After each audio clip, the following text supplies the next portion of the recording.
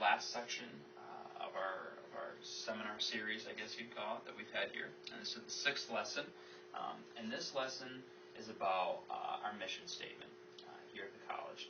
I know that all of us, having taught here for, well, you haven't taught here for a number of years, you're quite familiar with our mission statement, but we want to make sure that we're internalizing that as we go forward into doing online learning.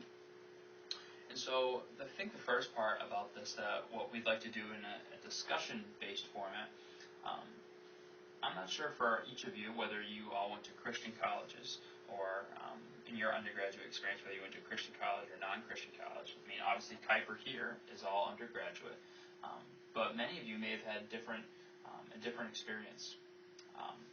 So what we're going to do here is we're going to talk about whether your education had a Christian worldview or not, and how that affected your learning. Talk about how it affected you socially, academically, and spiritually. Whether you felt like the Christian environment, the Christian worldview that you experienced in your college was beneficial or not, or how it affected you, or didn't it affect you. So we're going to talk about that. So take 10 to 15 minutes to chat about that. You have the handout there to remind you of the topics that we'd like to discuss. And then after that, we'll hear some of those responses in our larger group here.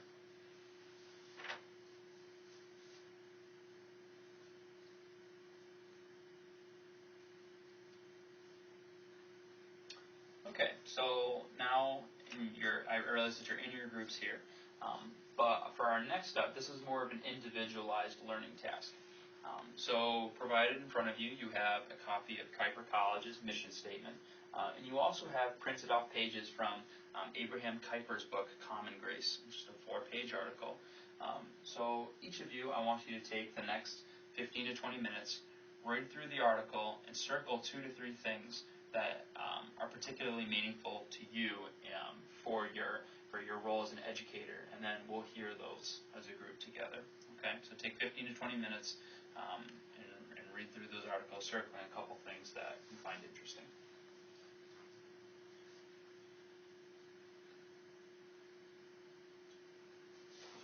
Okay, so in the Kuiper article,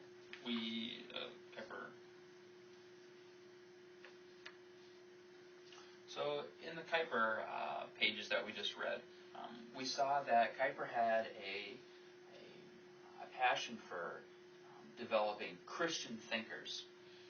And in the courses that we're teaching here, these are things that are not Bible or theology courses. I mean, these are statistics, biology, things like that. So what I want for each of us to do is to articulate how it is that your particular class is going to develop Christian thinkers and what role that plays in the kingdom work that we're doing here. And I want you to come up with a strategy of how you're going to communicate that to your class. Okay? So we're trying to come up with how our particular course is going to develop Christian thinkers, why that's important, and how we're going to communicate that to our class. Okay? Be as creative on that as you can be. And then we'll hear some examples of that. So you have 15 minutes to take care of this task.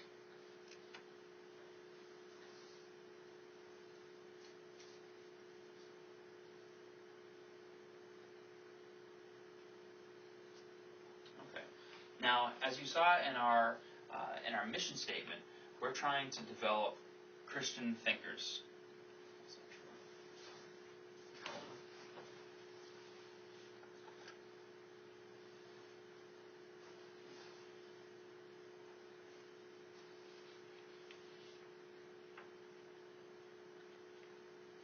Okay, so as we looked over our